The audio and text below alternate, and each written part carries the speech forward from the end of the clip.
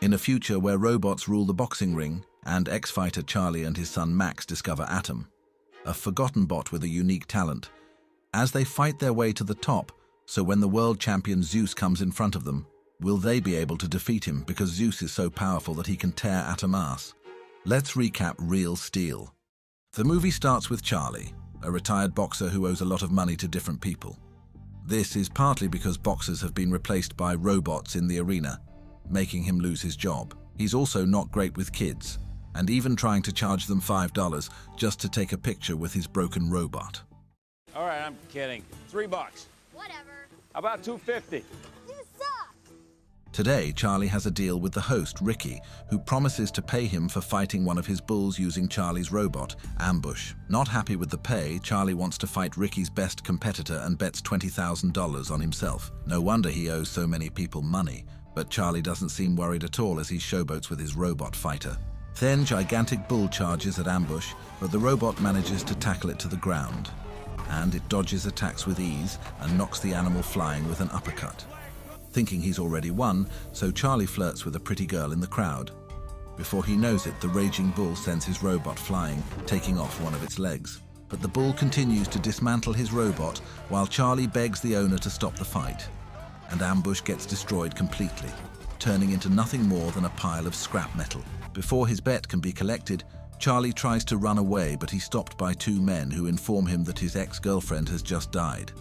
Now, he must attend court for the custody of his son, Max. But Charlie clearly doesn't care much for the boy, as he's ready to sign the papers releasing him to his ex-girlfriend's sister, Deborah. However, when he sees how rich her husband is, he decides to extort him for money in exchange for custody, essentially selling his own son to their family. But since the husband will be away for the summer, Charlie demands even more money to look after Max for 2 months. Sorry, but he is asshole. Pleasure doing business with you. And with cash in hand, he quickly buys another robot called Noisy Boy from the black market. Then Charlie goes back home to his girlfriend, Bailey, where we learn he owes her money too. He tries to use his charm to win her over, but she makes it clear she prefers cash over his chiseled body. Now I like money more. Later, they drop off Max at Charlie's place. The kid isn't angry that his father just sold him, but he's upset that he didn't get a cut of the money. Sorry, both are asshole. Sometime later, Charlie receives his new robot and opens its shipping container. A gigantic machine in samurai armor walks out in spectacular fashion.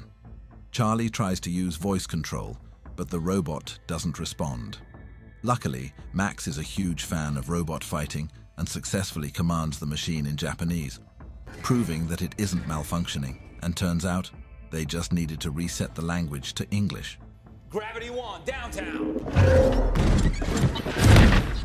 Excited, Charlie rushes to load the robot into his truck and heads to the nearest competition, thinking he'll win this time. Then Max wants to tag along, but knowing his father would refuse, he steals the truck keys and blackmails Charlie into taking him along. With no other choice, Charlie begrudgingly takes his son along for the ride. They head to an underground fighting club, where Charlie meets with the organizer, Finn, hoping to get the main fight for his robot, since he used to compete in the big leagues. But Max advises his dad to take an easier fight first, since they've never practiced with this robot before, but Charlie refuses and goes all in against the champion, Midas. As the fight begins, the crowd erupts with excitement, and Charlie's robot charges forward, landing a devastating punch on its opponent. It dominates the match, tossing the other robot around the stage. However, as the fight goes on, Charlie gets overconfident and drops his guard, giving Midas the perfect opening. But Noisy Boy is suddenly punched across the ring, and the opponent relentlessly pummels him. Then Charlie panics, realizing he never took the time to learn the robot's controls. Scrambling, he tries to look up the right moves, but ends up selecting the wrong one, allowing Midas to rip off Noisy Boy's arm. Things only get worse as the champion delivers a final blow, knocking the robot's head clean off. Then Max is furious, blaming his father for being reckless and never taking the time to learn how to use the robot properly. And instead of taking responsibility, Charlie shifts the blame, calling the robot outdated. And frustrated, he vents at Max and tells him to get in the truck. And out of options, they decide to visit a scrapyard to scavenge for parts to build a new robot for their next fight. They search everywhere, but struggle to find anything useful. Then Charlie warns Max to be careful, as he wanders near a steep drop. Suddenly, the ground beneath Max gives way and he falls into a deep hole. Then a large metal ring rolls toward him, pushing him dangerously close to the edge. Just as he's about to fall over the wall, a piece of metal snags him from behind, stopping his fall. Then Charlie rushes to his son and manages to pull him to safety. As they recover, Max notices that the thing that saved him is actually the body of an old robot buried underground. Then excited Max insists on taking the robot with them, but Charlie dismisses it as junk. Still determined, Max digs it out himself, probably spending the whole night doing so. Here we know how irresponsible his father was. They bring the robot back to Bailey, who surprisingly manages to get it working. She explains that it has a shadow function, which allows it to mimic the movements of the person standing in front of it. While cleaning it up, Max discovers that the machine already has a name: Atom. Then Max wants Charlie to enter Atom into competitions, but Charlie refuses, explaining that it's only a sparring robot. It's built to take hits, but isn't designed to deal any real damage. Instead, Charlie takes his son to the Robot Fighting League in hopes of finding a sponsor for a new robot. Even Charlie's best friend refuses to invest in him, given his terrible losing record. Frustrated and out of options, Charlie reluctantly agrees to let Atom fight in the Zoo, a place where only the worst robots compete. At the Junkyard Fight Club, Max challenges the reigning champion, Metro. Metro's owner confidently bets $1,000 that the fight won't last past the first round. As the match begins, Atom is immediately overwhelmed and getting pummeled by the much stronger opponent. Then Charlie tries to coach Max on maneuvering the robot, but the boy's inexperience results in Atom taking heavy damage. Then Charlie wants to take over to at least survive the first round, but Max refuses, and as a result, Atom gets knocked down by a devastating hit. Just when it seems like the fight is over, then Atom miraculously stands back up before the last second, then surviving the round and earning them the $1,000 bet. And impressed Metro's owner offers a double or nothing rematch, and Max instantly agrees. But Charlie was disappointed, and learned from the first round, Max instructs Atom to backstep, creating an unexpected opening. Then, taking advantage of this, Atom leaps forward with a powerful uppercut, causing Metro to malfunction and crash to the ground.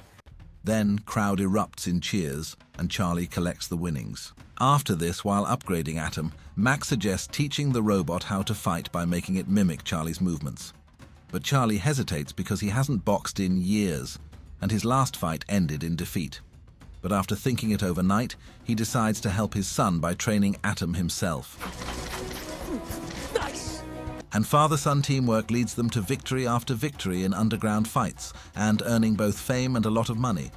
Eventually, they become popular enough to get an offer from the official Robot Fighting League, a match against the national champion, Twin Cities. But before the fight, the owner of Zeus, Farah Lemkova, offers $100,000 to buy Atom. But Max refuses without hesitation, but Charlie urges him to take the deal.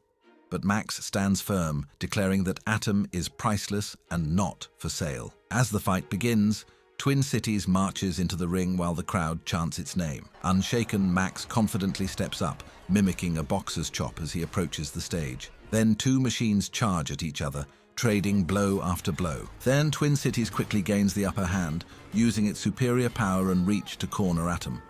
And Charlie struggles to find an opening, as Twin Cities' two-head design eliminates blind spots. However, he eventually spots a weakness in the opponent's shoulder and instructs Atom to counterattack. Then Atom stays close, relentlessly targeting the weak spot with body shots before delivering a devastating uppercut that sends Twin Cities crashing to the mat. The crowd erupts as the underdog defeats the national champion in dominating fashion. But Max, still furious that Lemkova tried to buy his robot, and boldly challenges her team for a fight. But Lemkova and her designer glare at them in disapproval, clearly not pleased with the turn of events. Then Charlie and Max walk out of the building, celebrating their victory. Their moment is ruined by the arrival of Ricky, who has come to collect the money Charlie owes him. Then, Charlie tries to fight back but is quickly overpowered. As he attempts to protect Max, then Ricky's men beat him up and take all of their winnings, and Max watches helplessly.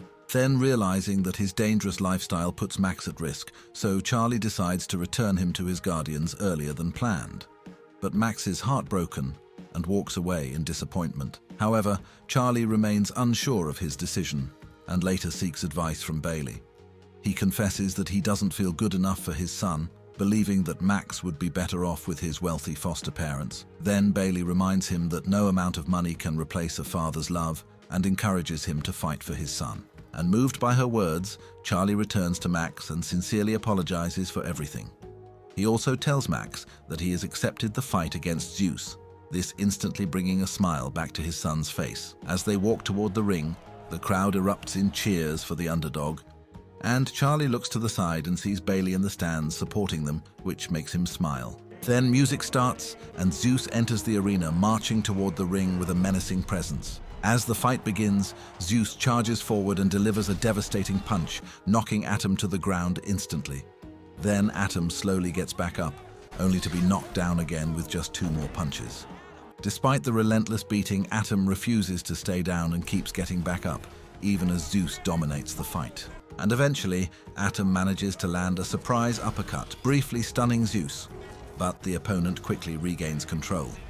Then fight continues, with Zeus landing blow after blow until the bell signals the end of the first round. Then Charlie rushes into the ring and repairs Atom as quickly as possible with Max's help. As the rounds progress, Atom starts landing hits on Zeus, but also takes severe damage in return. By the 4th round, Zeus forces Atom into a corner and unleashes a brutal flurry of punches. At this moment, Charlie realizes that their voice control system has been damaged. With no other choice, Charlie activates Atom's shadow function and personally mimics the boxing moves for the final round. The 2 machines trade blows, but Zeus pushes Atom back into the corner and keeps attacking. Instead of panicking, Charlie smirks and dares Zeus to keep going. Then Zeus throws everything it has into finishing the fight, but its power begins to drain from the constant exertion. And seizing the opportunity, Charlie launches a furious counterattack, and Atom relentlessly pounds Zeus, pushing it backward as the once invincible robot appears paralyzed. Then Max watches his father in awe, tears of joy in his eyes as he sees Charlie rediscover his passion for boxing. Then Atom continues attacking, landing a devastating punch that knocks Zeus down. Though the mighty robot gets back up, it only endures more punishment from Atom until the final bell rings, ending the fight. Despite this, judges scoring in favor of Zeus, but the crowd erupts in chants for Atom, declaring him the people's champion. Then Charlie and Max celebrate their victory together, embracing as the audience cheers their names. So what do you guys think about this movie and this recap? Let me know in the comments. If you like this video, so like and subscribe. I'll see you guys in this recap.